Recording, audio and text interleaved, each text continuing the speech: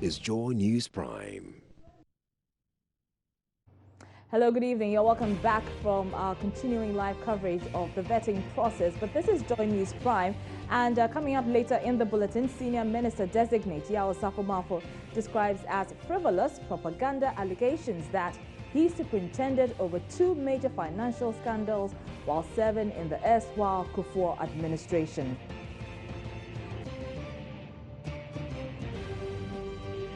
Meanwhile, National Security Minister Designate Albert Kandapa has debunked claims he did nothing to avert a cocaine haul in Ghana during his tenure as minister in the Kufuor administration.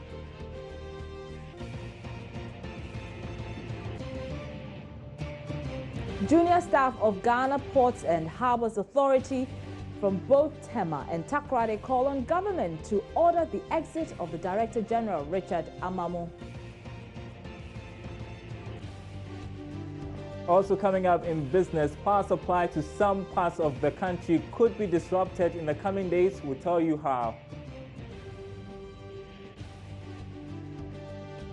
And later in the bulletin, Ashanti Regional Capital, Kumasi bounces back to life after Asanteman imposed a partial curfew on the town that knows no sleep.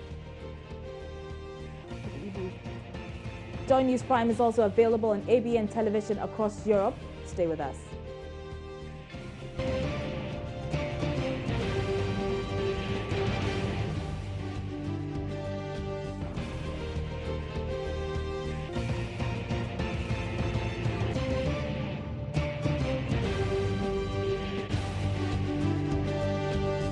Now, the Finance Minister Designate Ken Ofori-Atta has said he would want to leave the Ministry of Finance in a world-class status treasury.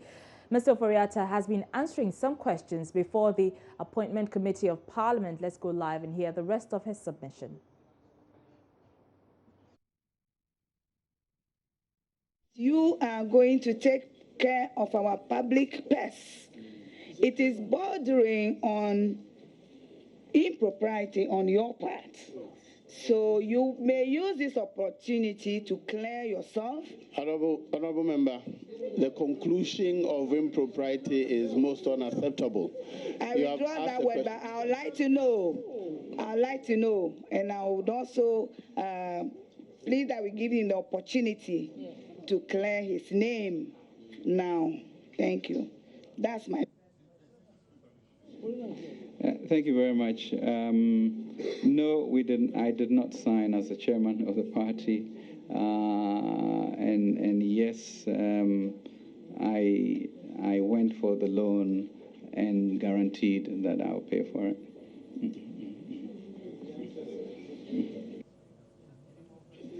Yes, I have more questions.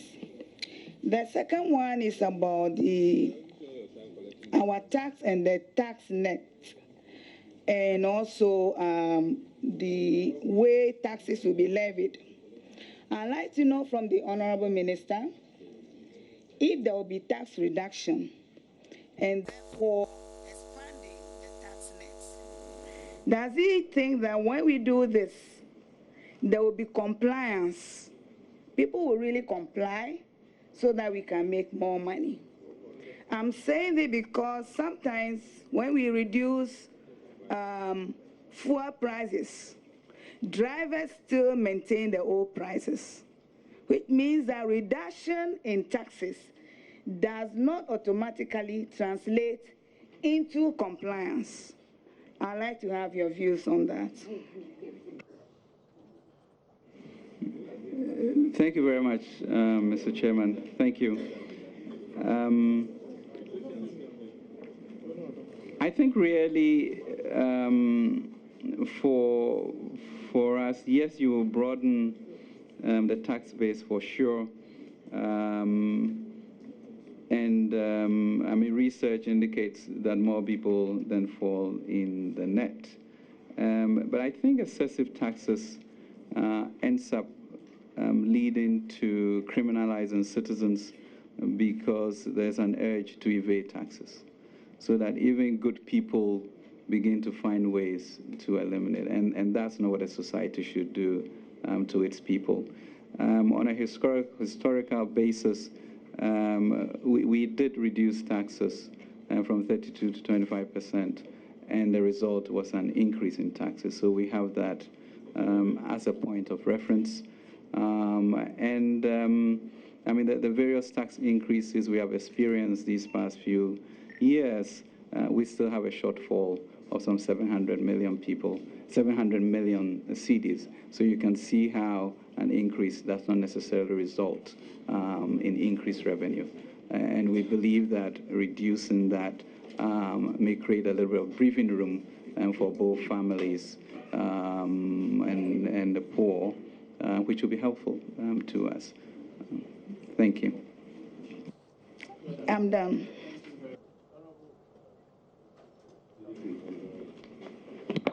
Thank you, Mr. Chair. Mr. Chair, I want the Honourable Minister Designate to avert his mind to things going on in this handing over transition period by certain state institutions. You mentioned Senate. And on 13th January, Senate issued a circular selling probably 17th January, it's 13th, selling property in cantonments in a certain dubious way. I don't know if it's come to your notice. Because 13th, it was advertised in a memo. Honourable Member, can he withdraw dubious? Oh, dubious withdrawn. Okay, go ahead. As for dubious, we can withdraw it. What is your problem? We shady, is it? Yes, it's shady. It's not. Okay. It's negative. Which one do you want? Secretive. Oh, he says. Which one do you want? Selling 1, 2, 3, 4, 5, 6, 7, 8 properties all around cantonments. Guest house, house number 58, executive guest house at North Ridge. House number 58, executive residence at North Ridge. House number 17, cantonments management residence. And out of that, about 8 are cantonments management where managers live. 13th. I don't know if transition team came across this. And if you didn't, what are you going to do about investigating this matter?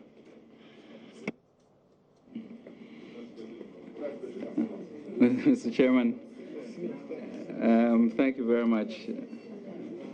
Thank you very much for this.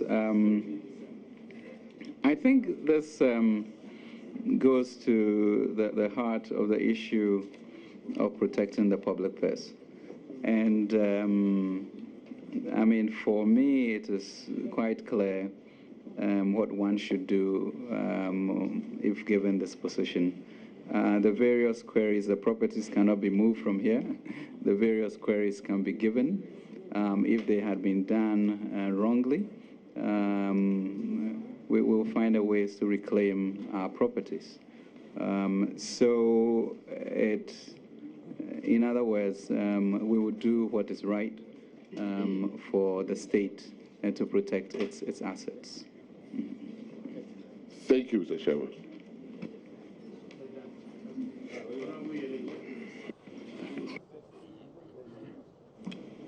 So somebody suggesting that I have no question, but I have, and the question I have is on page 12, the suffering page of the manifesto. And if you look at this suffering page, students are suffering there, and he mentioned that they will do something about it.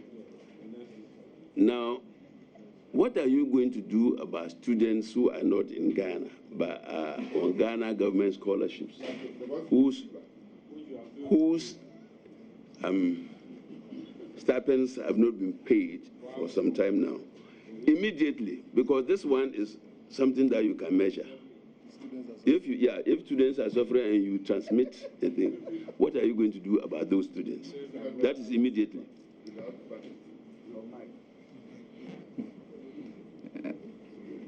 I'm sure Education or Scholarship Secretariat will bring that to our desk, and we will prioritize with the resource envelope we have and do what we have to do.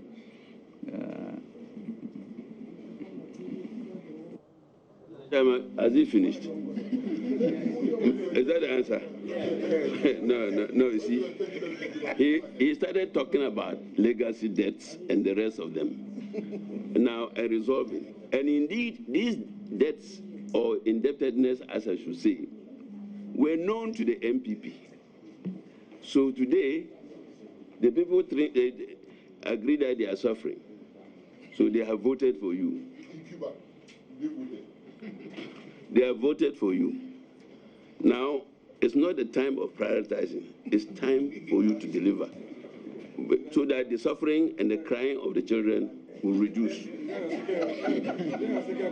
No, second question. Why?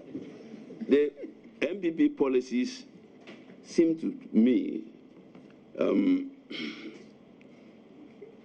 MPP's economic policy objectives, you seem to be operating outside the world economy. Because many of the things that we are talking about, and the world economy, if there are changes in the oil prices, if there are changes, have you factored this in writing this manifesto?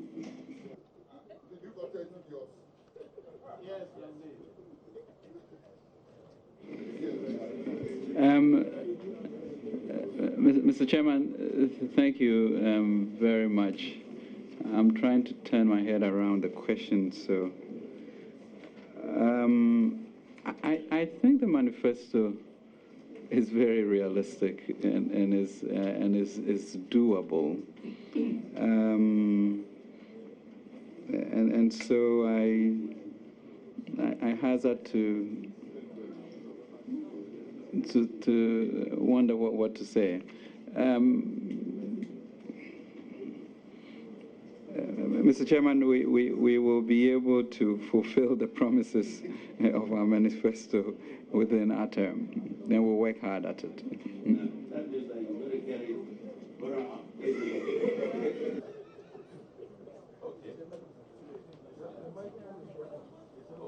Bottom-up approach is what we have to use to deal with this issue.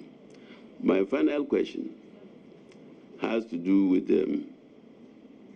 your claim or attempt to restore macroeconomic stability.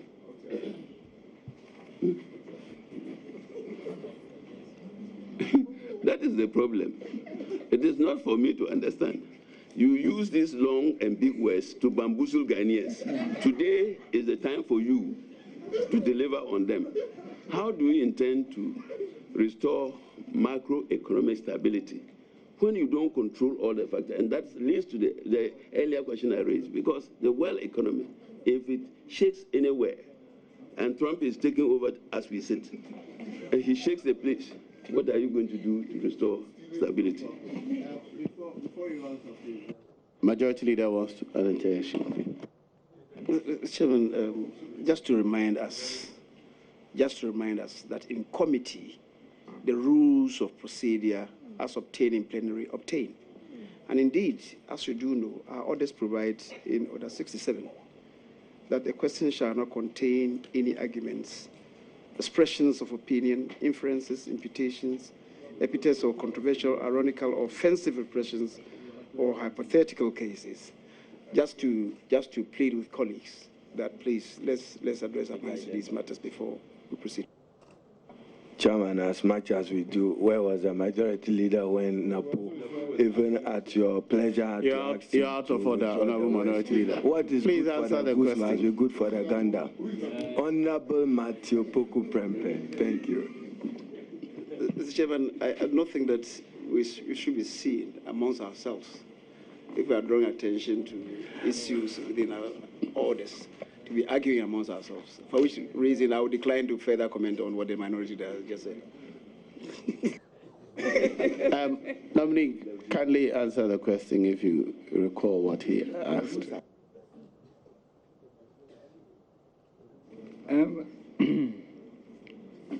Mr. Chairman, I mean, the thrust of the question is whether we'll be able to fulfill our promises. and irrespective of the global order. So let's just bring it down to our own country or kitchen economics. So we are overspending. How do you stop that overspending? And so how do we collect more revenue? And how do we cut our expenses to ensure that we also have value for money? If we're able to grow our economy, sir, even by 2% beyond the 3% that is expected, that gives you the berth to collect more to be able to manage the economy. And then if we look at some engineering or structuring of our debt such that we elongate the tenor, that immediately gives us space to be able to support these activities that we have spoken about. So we are going to need to be creative about it, but in my view, it is doable. Thank you. Majority Leader wants to ask one question, then I'll come to Esla, Honorable Esla Ekufu, before I come to you then. Mr. Chairman, just a very innocuous question before I exit the office. Well, more than 2 minutes, actually. Mr. Chairman, the nominee has spoken eloquently about the resort of his government to activating private sector to be the leader of our national development effort. Mr. Chairman, the Constitution provides in Article 36, 2D, that the state shall in particular take all necessary steps to establish a sound and healthy economy whose underlying principles shall include undertaking even and balanced development of all regions and every part of each region of Ghana, and in particular improving the conditions of life in the rural areas and generally redressing any imbalance in development between the rural and the urban areas. This is one of the banes of our national development. And if indeed you are going to engender the private sector to lead national development, how are you going to be able to ensure even regional and indeed community development if you leave it to individual efforts? Thank you, Mr. Chairman. Thank you. Actually, the program or the manifesto, I think, takes care of this. I mean, currently, as I mentioned, we have about $1.6 billion of capital expenditure that we have. And as I said, we are going to reallocate $275 million to the constituencies. So immediately, you have moved away from, let's say, the center into bringing resources directly into the regions. If you also look at the issue of one factory, one district, once again, we are decentralizing and coming down to the region. So the combination of empowering the private sector and making sure that the resource envelope is targeted at the district and regional level, I suspect, or strongly believe, that would equate the balance to a high degree and wouldn't worry about this pernicious effect of capitalism that you may have. Speaker, Mr. Chairman, whilst he's that and talking about the allocation of the equivalent of $1 million to each district and the issue about where to get the money from and so on, is the nominee aware that in 2015, allocations from the District Assembly Common Fund to the districts, not talking about the metropolitan municipal assemblies, to the district assemblies, excluding IGF, totaled a minimum of $3 million. Is he aware that from the District Assembly Common Fund to the districts alone, are you aware of that? I am not aware of the quantum. However, the issue is usually once you identify a certain product specifically, you are able to follow it and make sure its impact is felt. And so this will then be additional resources, obviously. Chairman, with your indulgence, may I request the nominee on a follow-up to the majority leader's question? Your campaign pledge of 1 million, one district, will it be additional to the 3 million that the 1 million, one consensus times 275 times 4 years times the exchange rate? I'm just asking whether it will be additional to what the majority leader has already identified. Will it be a standalone, or we expect if it was 3, we should expect +1? Thank you. This will be additional. Thank you. It's noted, Chairman. Honorable Kufo. Thank you, Mr. Chairman. Congratulations on your nomination to this high office of Finance Minister of the Republic of Ghana. The immediate past Finance Minister of the erstwhile Mahama administration indulged in what he termed smart borrowing, which led to ballooning debt and out-of-control interest payments. How do you intend to reverse this situation?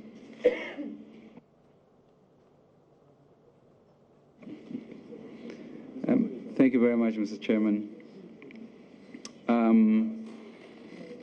I'm not sure of the terminology, but we all know the end result, which is $30 or so billion of debt that we have to address.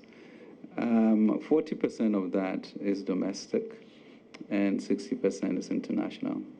However, 80% of the interest charges is domestic, and we're talking about $2.4 billion equivalent, and 20% then is the external cost of the interest. So we need to truly look at this domestic debt and somehow inoculate it, ring fences and inoculate it, because we are going to be spinning forever with that quantum of 72% debt to GDP.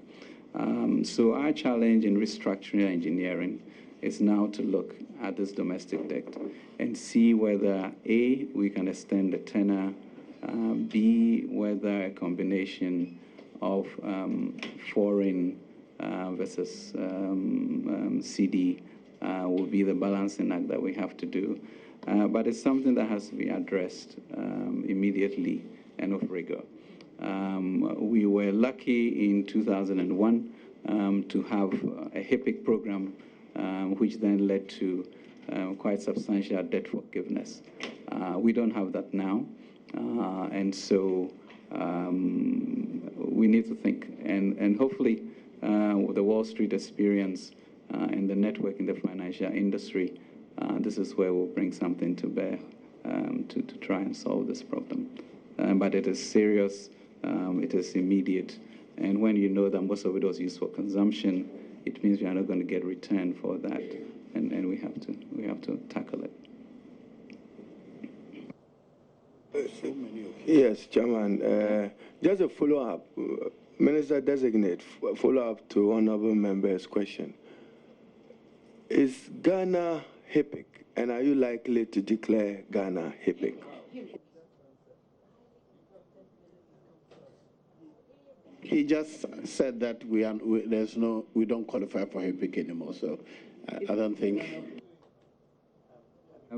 I think what we can say is that statistically it is equivalent to if that program was alive.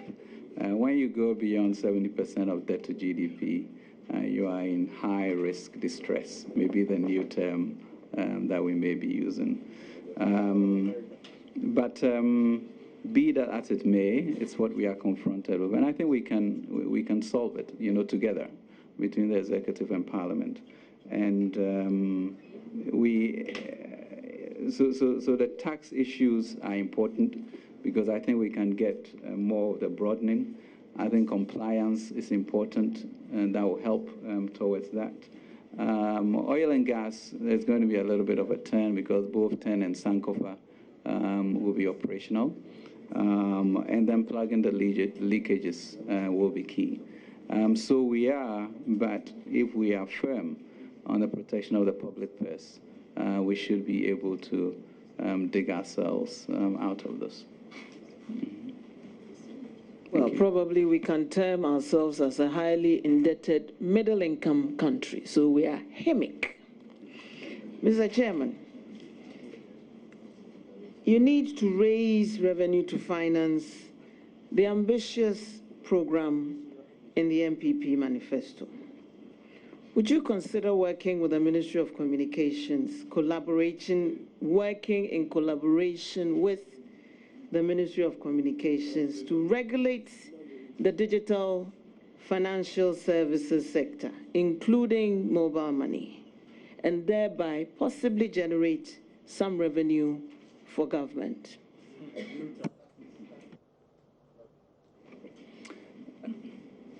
Thank you, Mr. Chairman. We do already have a talk tax, but there's a new business emerging, which is really the mobile money business.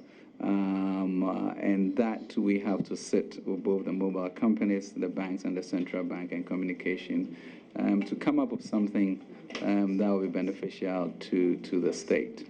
Kenya seems to be doing it very well, and I think we can collaborate to make sure that we get something more from that. Thank you. The NPP in its manifesto has also indicated that it would like to automate processes of accessing public services, and that would come at a cost if all ministries, departments, and agencies are to automate as many of the operations as possible. We're not very good at paying for our utilities if the annual budget cycle is anything to go by. Would you consider a line item or payment at source for the data services that the ministries, departments, and agencies use to enable us automate the processes which would make governance more effective and efficient?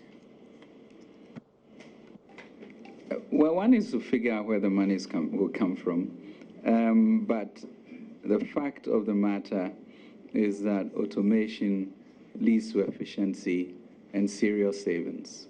And it is an area that also our donor partners are very interested in because it leads to easier accountability.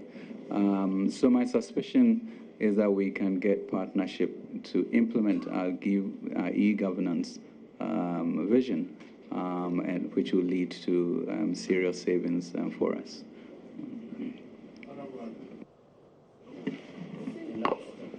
Thank you, Mr. Chairman. Mr. Chairman, I'd like to take the opportunity to congratulate my colleague, Ken, and to wish him well, and good friend indeed. I have a very simple question. Considering the infrastructure deficit that we have in Ghana and the situation in which we find ourselves today,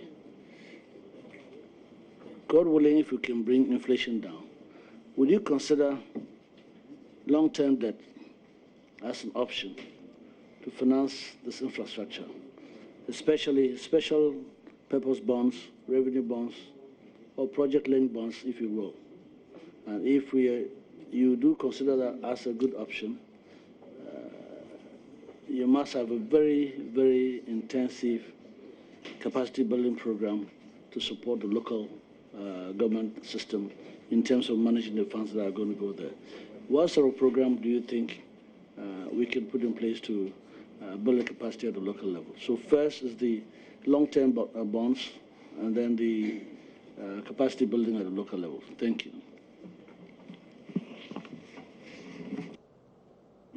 Thank you very much, Mr. Chairman. Thank you. I think that the whole purpose of our proposed decentralization is leading to empowerment at the local level, which consequentially should lead to building capacity at the local level.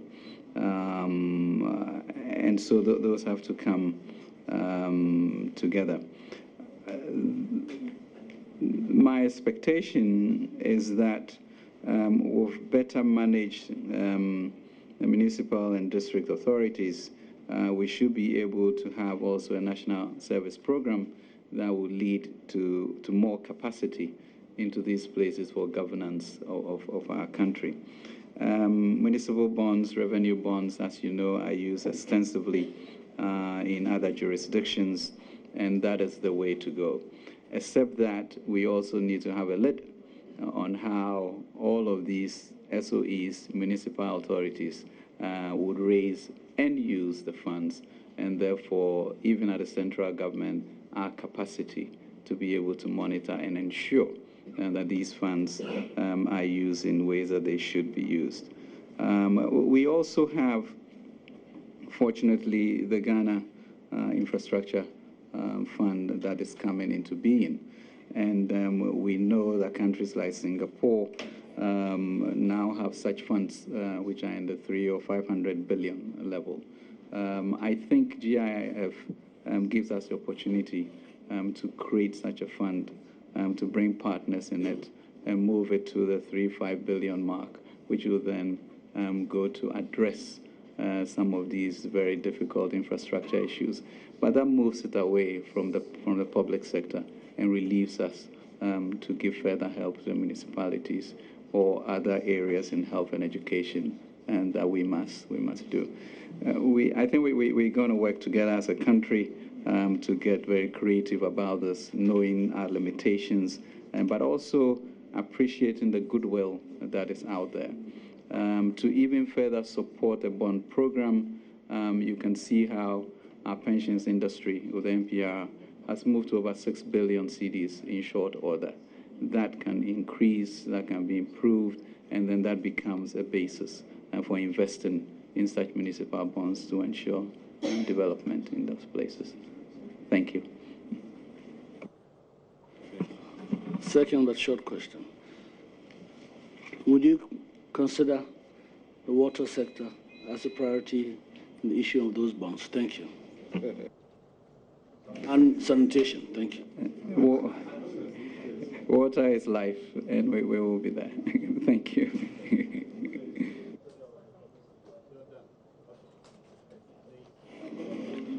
Mr. Chairman, permit me to take it from where Honorable Kofi just left off. Infrastructure development is key to national growth and development. Let me ask, in view of the cuts you are anticipating within your budget, the tax reductions and all those, and in reference to page 13 of your manifesto, there will be an increase in infrastructure expenditure as a percentage of GDP to eliminate critical bottlenecks in the areas of roads, rail, aviation, water, sanitation, and energy. And we will distribute infrastructure fairly and comprehensively, underwide comprehensively, across all parts of the country.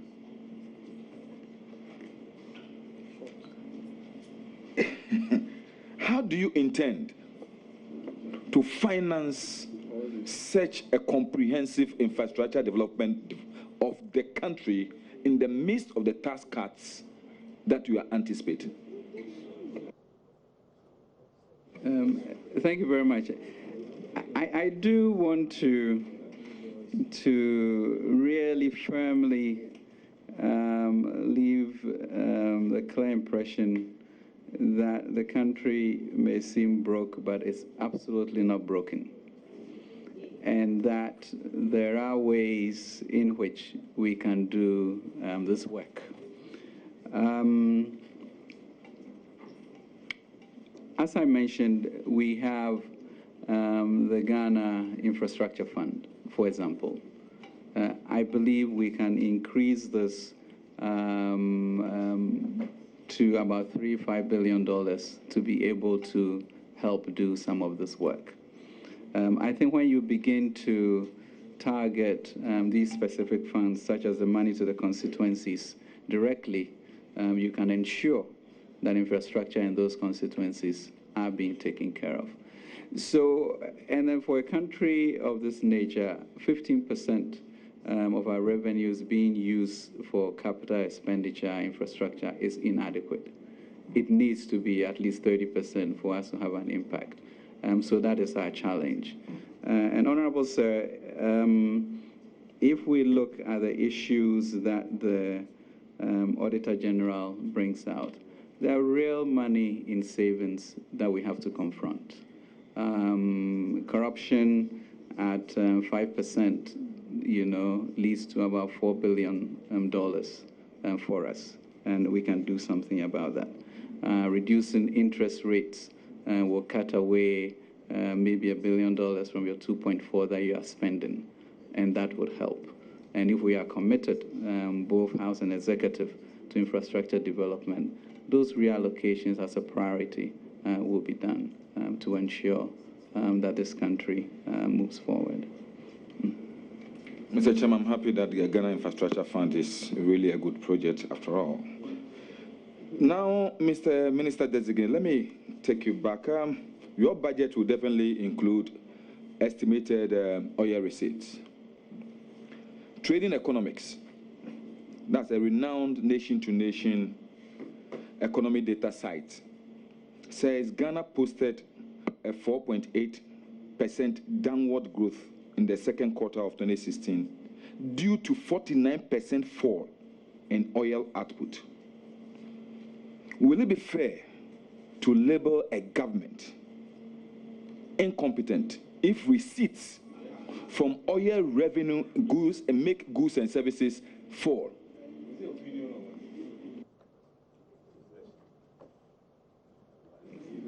Mr. Chairman, it's difficult to have an opinion on this. Thank you. Yeah. It's all right. And opinions are not to be solicited by questions. Will it be fair? And he says he would not offer an opinion. Can he ask another question? Move on. Move on.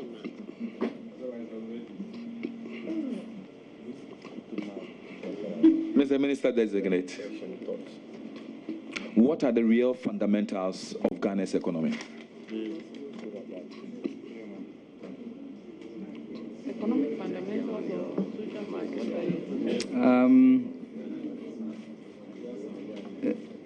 I think really the issue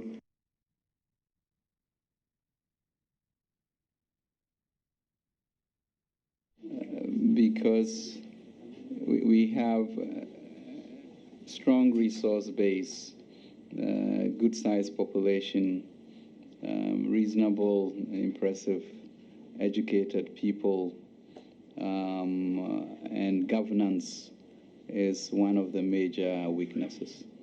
So for me, is what I say the Minister of Finance should be looking to do, which is sort of professional accountability and to be able to protect the public purse. The risk of debt distress, that remains high. We need to look at that. Refinancing of our risk and weak fiscal performance, which might undermine investor confidence, is something we need to address. Financial sector weakness is something we need to look at. You have a banking sector that has maybe a balance sheet of about 60 billion compared to a GDP of 150 billion. The banking balance sheet should be bigger than that. And so what do we do to create a stimulus and give them space to be able to lend to the private sector? That's going to be key. So I think it's really addressing the ills that we have put ourselves into and confronting it and saying that If we also double our revenues, which I believe we can, and if we do a stimulus, not lose taxes, but actually create a stimulus for payment, we will do well. And then when you back it with resources like oil and cocoa more efficiently, and what are the things that we want to develop, I think we will be the type of country that our founders expected us to be. And I'm confident that that can be done with some rigor. And it's an issue of urgency, I would say. And we pray that the good Lord will give us the strength and concentration to focus on this in this public service.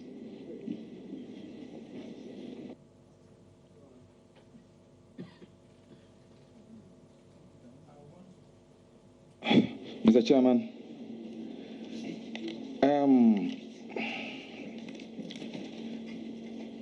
my Joy Online on the 25th of April 2016 reported that Ghana is ranked the second among the highest interest rate countries in the world. In your view, what should be a practicable interest rate and how can this be achieved?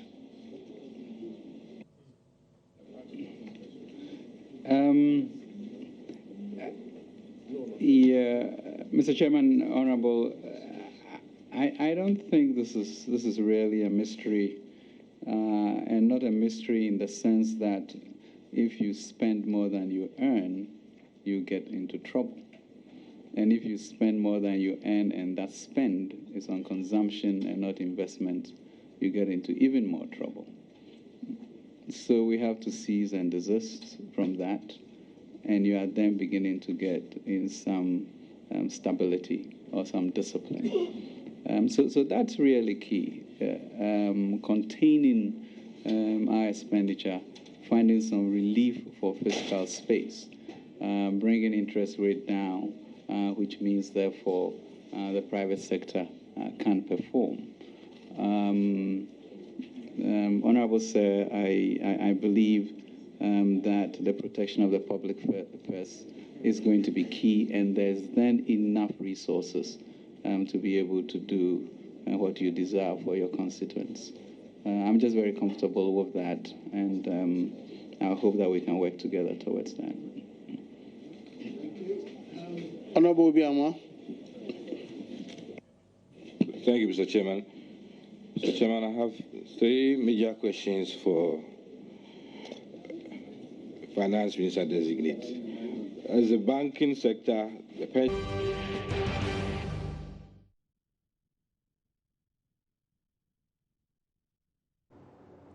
Now, Senior Minister Designate Yao Safo has described as frivolous propaganda allegations that he superintended over two major financial scandals, that is the CNTCI loan and the Macmillan loan, which whilst in office as Minister of State between 2001 and 2006. Appearing before Parliament's Appointment Committee, the Senior Minister Designate appeared to be in no mood to entertain what he described as, quote, mischievous allegations, sought to suggest that MP for North Tongu Samuel Okudzeto-Ablakwa was too young to understand the details of those two issues at the time. Mr. Ablakwa wanted the nominee to answer questions on the two scandals that rocked the Kufuor administration and what role the nominee played in it at all. The Dun and Bradstreet report we had on IFC were positive. Barclays did it on our behalf. We were looking for long-term funds, and they were ready to give us long-term funds. So we started dealing with them. But they were brought to our attention by very senior members of the government. Now, along the line, we insisted, or I insisted, that we wanted to know the bank where the money which intend to give us kept, located, what we call a location report, so that our bankers are XYZ. You wouldn't tell us your balance, but there should be evidence that you have the financial muscle to provide that type of loan over that period. We then had difficulty getting that confirmation on location and period. I came to Parliament, on the floor of Parliament, and the records are also there, to say that in view of the difficulty we are getting on the location and the financial muscle of this thing, even though we had positive report from Dun & Bradstreet, we're withdrawing that whole application. So we withdrew it. Now on Macmillan, there are two sources of book supply to Ghana, Macmillan and Longmans. We, depending on which range of the school textbooks you are dealing with, one is stronger than the other. Some of them, Macmillan supply more the basic, the primary ones than Longmans and vice versa. Now, when we were tendered for this, we sought the opinion of the NAT on the books and found out that 68% of the books, the range that we're talking about, was supplied by Macmillan. And therefore, if you are making a choice between Longmans and Macmillan, your choice is Macmillan.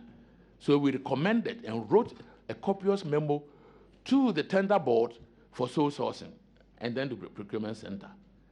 Now, this article which came was very mischievous. It was mischievous. I answered it, of course. At that time, if anybody paid attention, it was mischievous because the very day that we got the approval from the procurement board that we could sole source because of the rationalization that we have put up from Macmillan, we had in the morning this article appearing in the Daily Dispatch. And Mr. Chairman, it's important to note that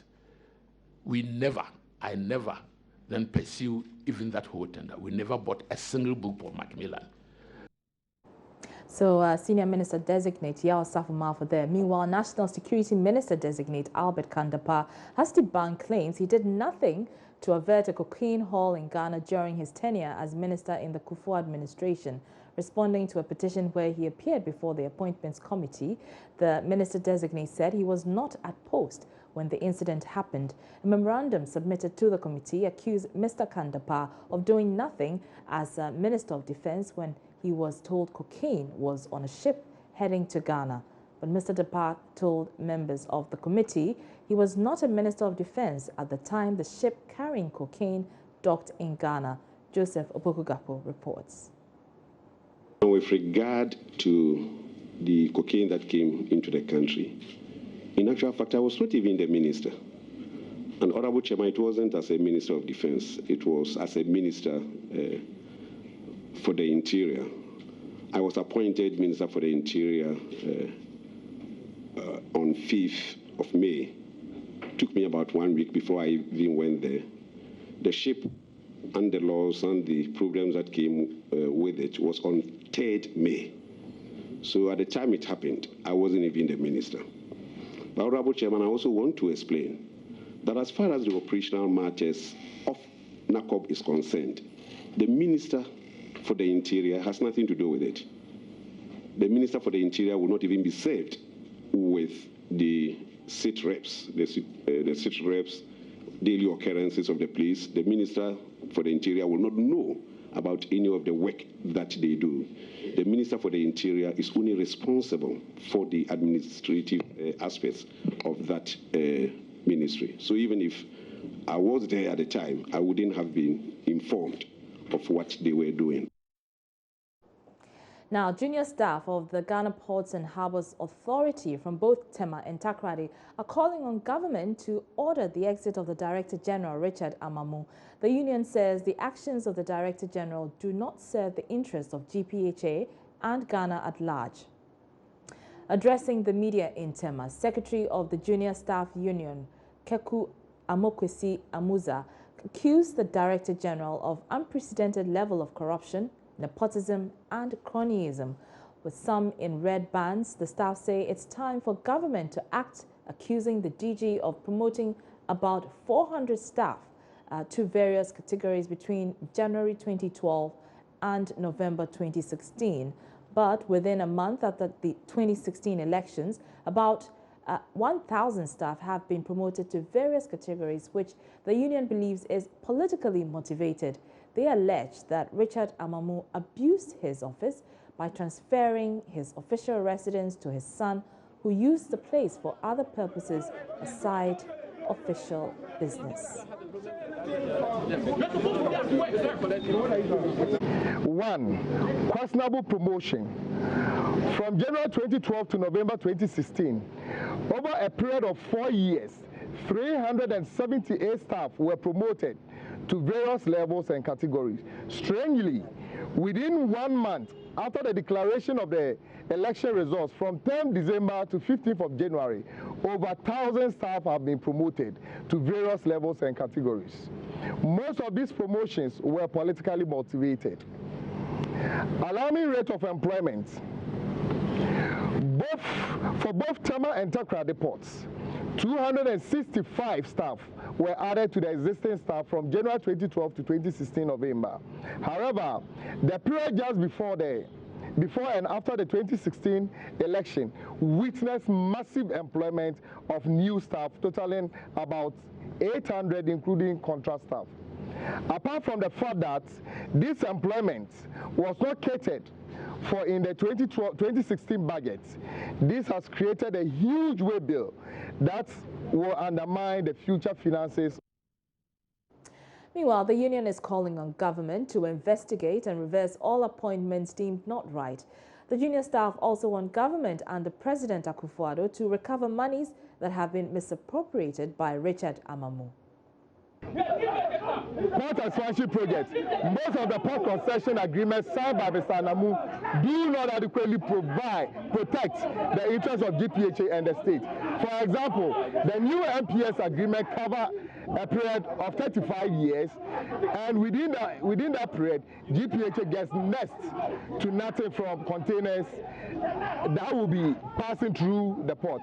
Plans are equally far advanced to give out the Takoradi Port Container Terminal for 45 years under similar conditions. IT investment in the port. From the year 2000 to date, GPHA has invested. It has invested about $150 million in diverse IT projects. Out of the aforementioned amount, about $20 million has been wasted in the purchase of software to replace the existing ones by Mr. David Boyson, the IT manager, yet those softwares do not function as expected. More than 100 staff and managers have gone through IT training in India, Dubai, and Egypt, but we have very little to show for the huge amount of money. Now, throughout all this week, all eyes have been on the Ashanti regional capital, Kumasi, and of course, we all know why.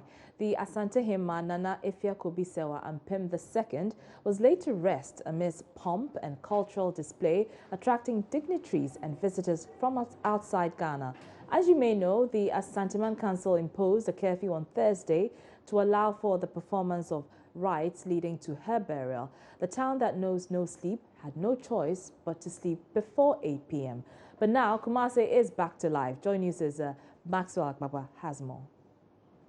It's Friday morning here at the Central Business District. Specifically, we are at the Kumasi Central Market. Now, 24 hours after this market was shut down for the final burial rites of the late Asantehema, business has bounced back to life here at the Central Business District of the Kumasi Central Market.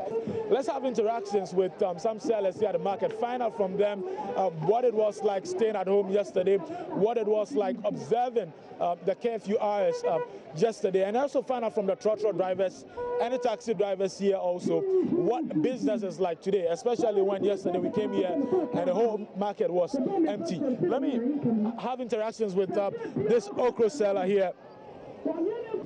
Pacho Frose. Pacho Yebua.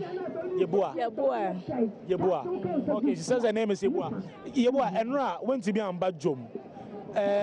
Na a creative or how be my one, and now we are fine. Oh, say Nana, a wouldn't. Yeah, what you heard the TV show.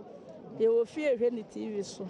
Okay. It's a say a Mamma market now, how a crime. And I ran so one band, so how a crime. Well, I was asking her whether it created.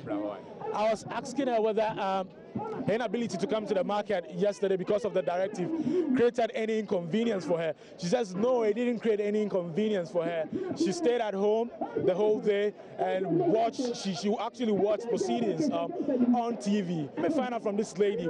She's a patron. She's a regular patron of the Kumasi Central Market. Let me find out from you. Yesterday, this market was shut down. Did it create any inconvenience for you? No, the whole of yesterday I was in the house, so I couldn't even come here. I'm staying at Bantma, but the whole of yesterday I was just in my room because of the incident. I couldn't come out. Okay, so your inability to come out, probably maybe you wanted to buy something or it never crossed your mind, or you did your shopping before. I wanted to buy some items, but I didn't come. I couldn't come because I don't. They say safety first, so I couldn't. Get inside here. Let's get closer to these taxi drivers and find out from them what business is like today, especially when they were not allowed to do any commercial work around this area yesterday. Sir, what's your name? My name is Oponje Silverbefos. What was business like yesterday, especially when a lot of folks were in their homes observing the final funeral rites of the late Asante? In fact, yesterday was very quiet here. We couldn't walk here. So we get home immediately because we saw police, soldiers coming here with speed. In fact, we couldn't walk, so we could get home immediately. Usually, what time do you sleep? In fact, at times by 8:30 to 9, but around 6:30 I was at my bed.